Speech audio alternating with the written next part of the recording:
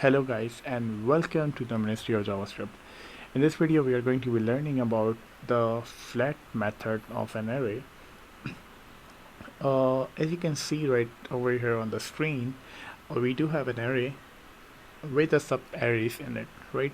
So the thing is, I want to convert these sub arrays inside with to a proper normal array. So basically what I want something like this: 1 2 3 4 5 and then 6. But the question is, it is very easy to write like this, but how can we implement it using JavaScript? Well, that is very easy. Let me tell you that JavaScript provides us an array prototype method which is called .flat, right? If I console.log this array.flat, then as you can see that it has converted the sub arrays to a normal array.